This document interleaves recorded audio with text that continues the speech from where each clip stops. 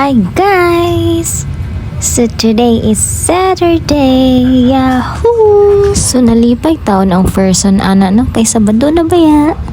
Away na sad uma pohon. So Bisaya, Tagalog, English ang voice over ko ngayon no kasi may ibang viewers na hindi makaintindi ng Bisaya. Pag full Tagalog naman ay nakakahiya din kasi nabubulol ako. Abi pa lang, pure Tagalog, Bisayang dako ra ba jud. Oh, syempre nasa test light nga English no. Abi pa lang di ka mao.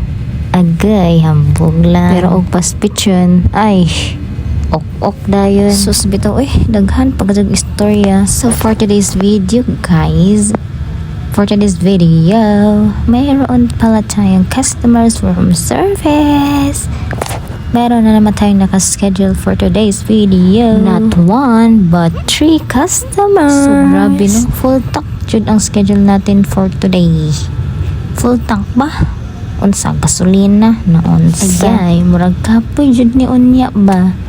Knockdown talaga to pag uwi ng bahay. Sus. Pero laban lang kay para na ibayad sa utang. Agay. Now, by the way, mga regular customers na pala ang pag home servicean natin for today's video from Makati and dalawa sa Alabang. So ganyan sila katiwala kay Alder Station na ipaayos ang kanilang mga damit kasi some of our customers gusto nila na mag-fit sa katawan nila yung kanilang mga damit, mas maging comfortable na isuot at mas bumagay. Sa Alter Station sila nagpapa-alter kasi alam nila at subok na nila na good quality ang aming gawa. At syempre, yung serbisyo din ng Alter Station. So, sa mga hindi comfortable sa kanilang mga sinusuot, gustong mag-fit sa katawan ang kanilang damit, at maging maayos ito, you can book an appointment for home service or pwede kayo magpunta sa mga branches ni Alter Station. So,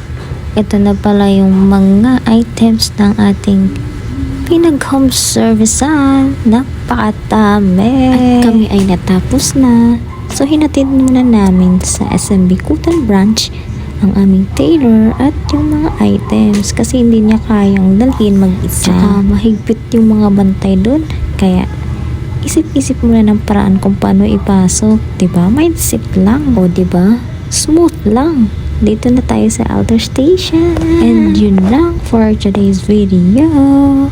Tayo na ay uuwi kasi hapon na at makulim. Maraming salamat sa inyong panonood. Daghan kaadyong salamat sa inyong pagtanaw. Thank you for watching. Have a good day everyone. Bye bye.